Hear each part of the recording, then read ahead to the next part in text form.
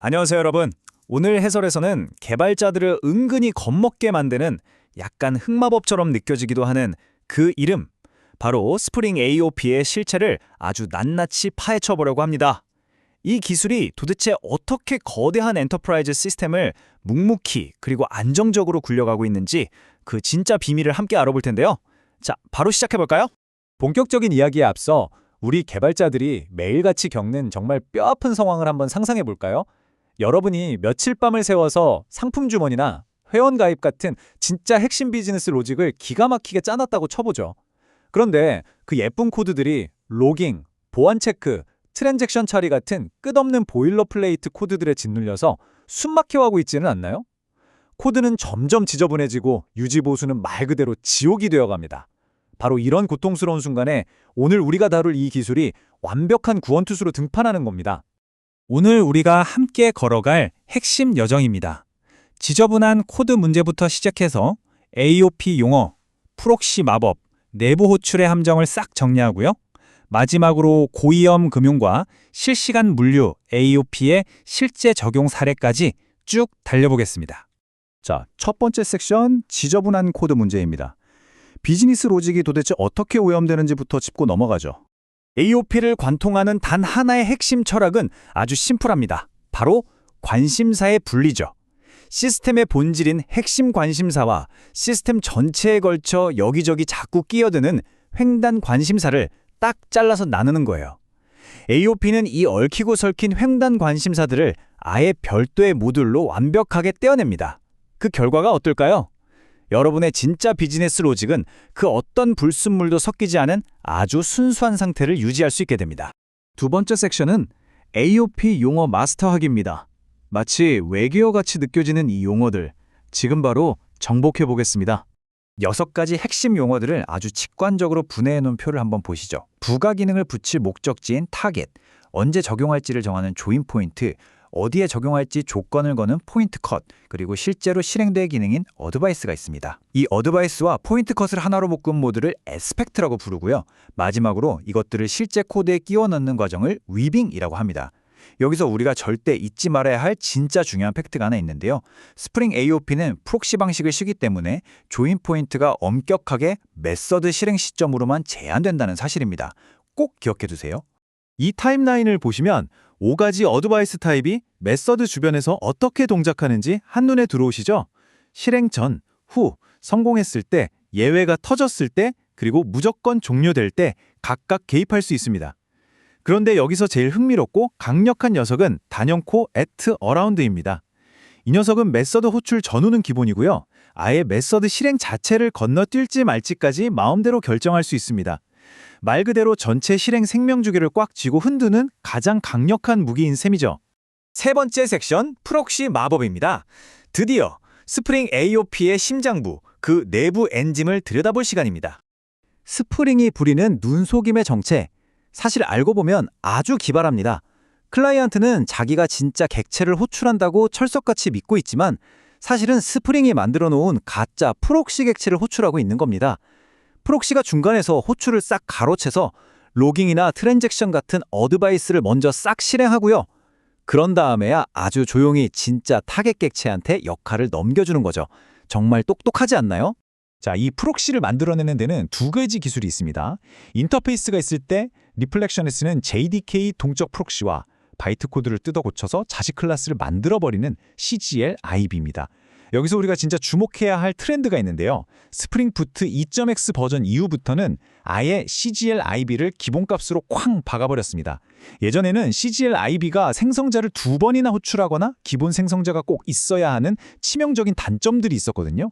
그런데 스프링이 기술적으로 이런 한계들을 완벽하게 극복해냈기 때문입니다.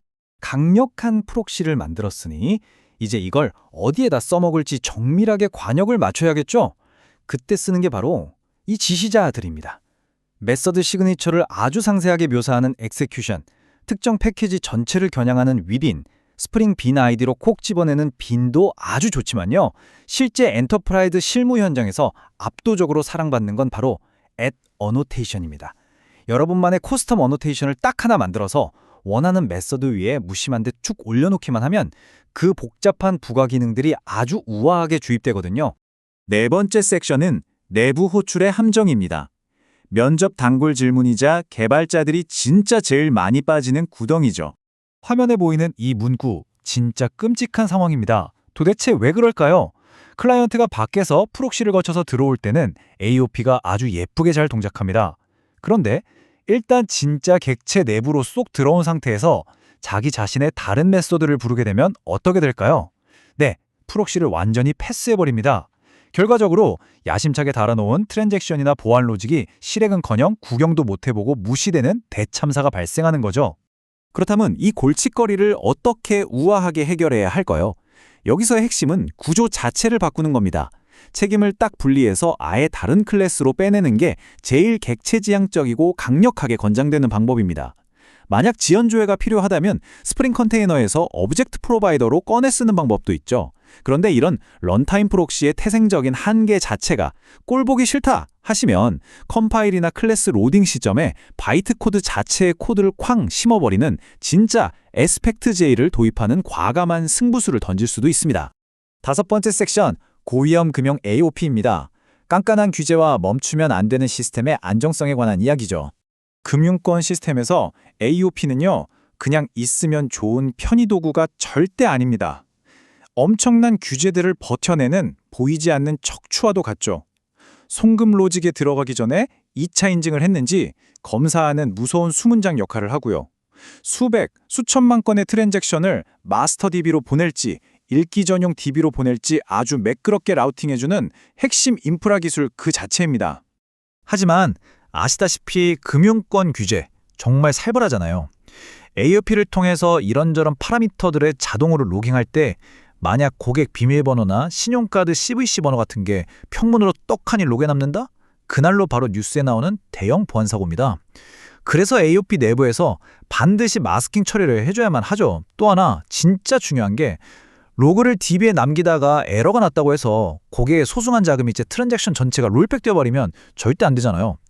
그래서 로그형 트랜잭션은 반드시 requires new 옵션을 줘서 메인 거래랑 완벽하게 남남으로 분리해놔야 합니다. 자, 이제 마지막 6번째 섹션, 실시간 물류 AOP로 넘어가 보죠. 여기선 금융과는 또 다른 물리적 제약과 동시성 제어가 생명입니다. 거대한 물류 센터를 한번 머릿속에 그려보세요. 수십 개의 채널에서 동시에 출고 요청이 미친 듯이 쏟아집니다. 실물 재고는 뻔히 바닥났는데 전산상으로는 출고 승인이 나버리는 마이너스 재고 사태? 이건 시스템 전체가 마비된다는 뜻입니다. 이때 AOP가 등장해서 커스텀 어노테이션 딱 하나로 레디스 분산락을 걸어버리고 동시성의 혼돈을 잠재워버립니다. 외부 택배사 서버가 뻗었을 때는 서킷 브레이커를 발동시켜 우리 시스템을 보호하고요. 여러 창고의 DB를 트레드 로커를 통해 동적으로 연결해주는 것도 전부 AOP의 몫입니다. 5초? 에이, 엄청 짧네 하시겠죠? 하지만 작업자가 PDA로 바코드를 띡 스캔할 때 AOP가 로그 남기느라 딱 이 정도 시간만 딜레이 시켜도 그 거대한 물리적 창고의 컨베이어 벨트는 정체되고 결국 멈춰버립니다.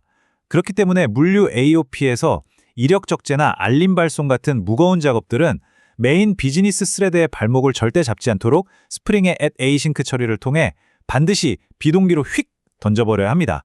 그렇다면 이런 치명적인 사고를 막으려면 어떻게 해야 할까요? 바로 실행 순서를 꽉 쥐고 통제해야 합니다. 이 순서를 유심히 보세요. 만약에 락이 먼저 툭 풀려버리고 트랜잭션이 채 커밋되기도 전에 다른 스레드가 훅 치고 들어온다면 실물 재고 데이터는 그 즉시 박살이 납니다. 그래서 우리는 반드시 order annotation을 써서 분산 락이 가장 바깥쪽에서 트랜잭션을 포근하게 그리고 완벽하게 감싸도록 우선순위를 최우선으로 끌어올려야만 합니다.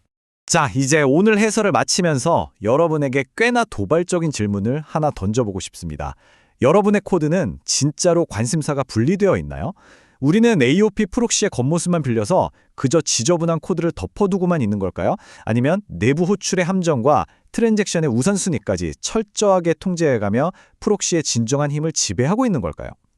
오늘 함께 살펴본 이 매력적이고 강력한 마법을 여러분의 다음 프로젝트에서는 어떻게 구조적으로 또 아름답게 구현해낼지 한번 깊이 고민해보시는 계기가 되었으면 좋겠습니다. 오늘 해설은 여기까지입니다. 감사합니다.